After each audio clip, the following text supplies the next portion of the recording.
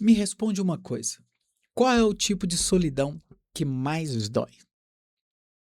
Não é quando você está sozinho em casa. Pode até achar que seja. É quando você está aí no dia a dia, na sua casa, no mesmo ambiente, no mesmo sofá, mas é como se ele não tivesse ali. É como se você estivesse sozinho. Você percebe que até poderia estar, porque não faria diferença.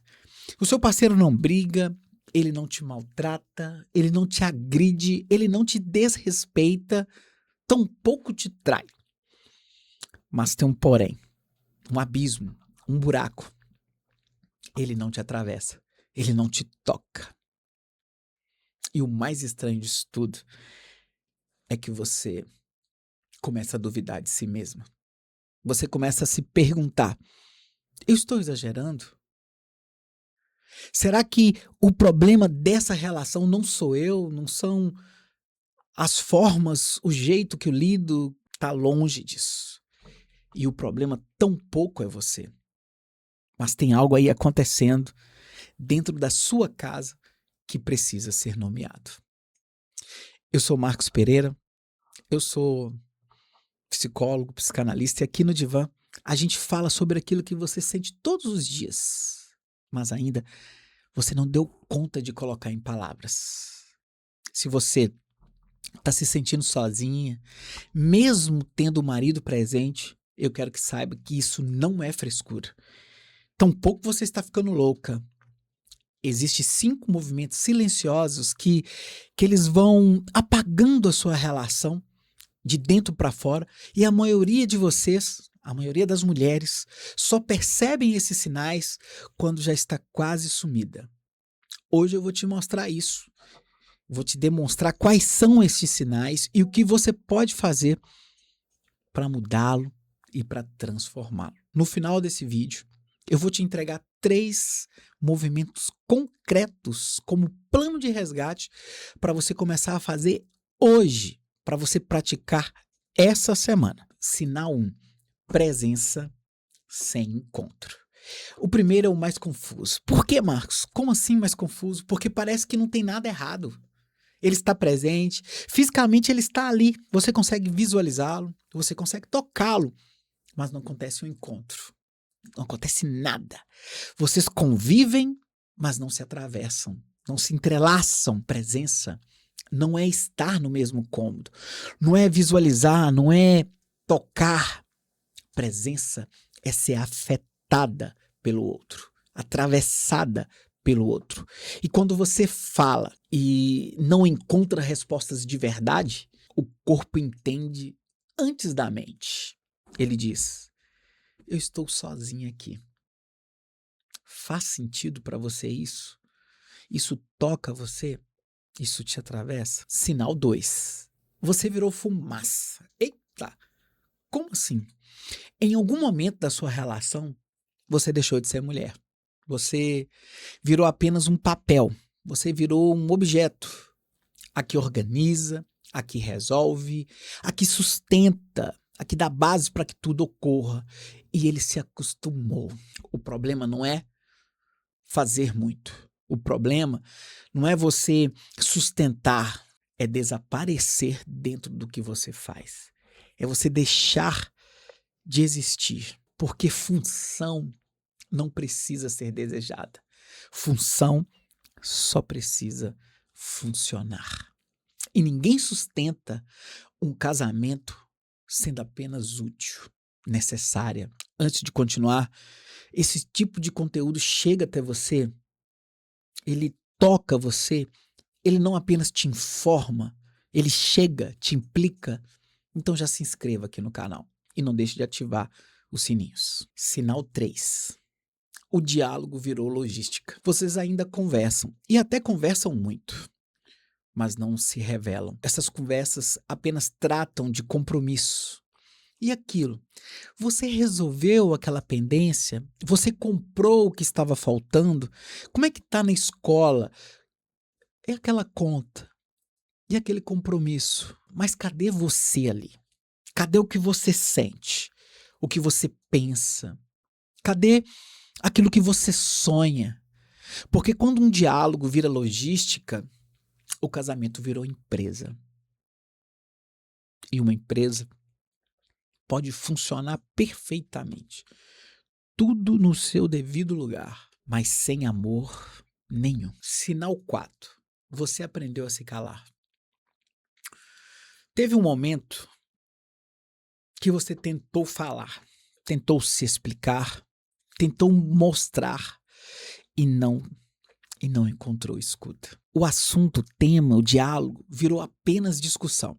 Ou pior, virou indiferença. E aí você fez o que se aprende rápido quando ninguém nos escuta. É automático.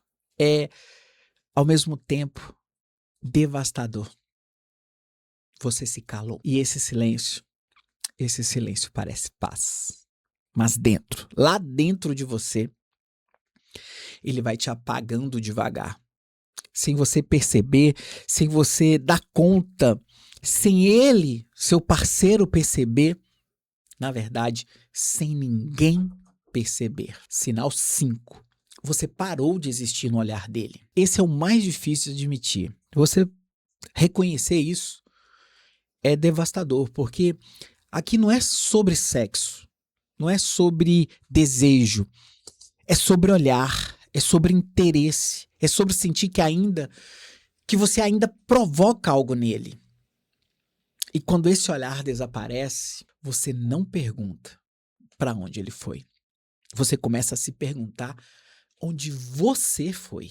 As perguntas que nascem passam pelo o que aconteceu comigo. Mas a pergunta honesta é outra. A que você deveria fazer é: em que momento eu deixei de existir?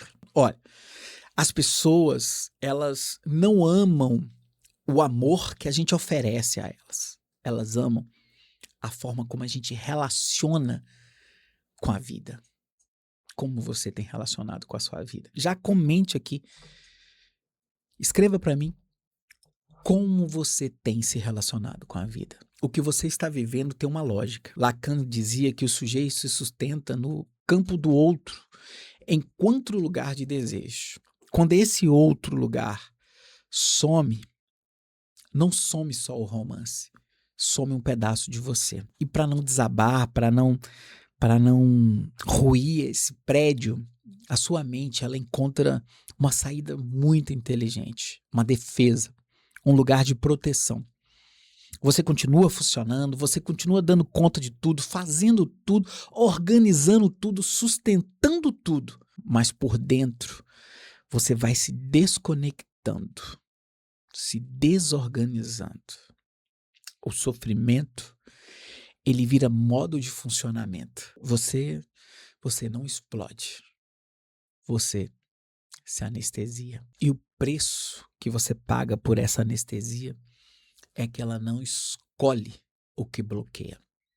Ela bloqueia a dor, ela bloqueia o desentendimento, ela bloqueia a solidão, mas junto com todo esse bloqueio, bloqueia-se o amor. Você acorda funcionando, mas sem conseguir sentir quase nada.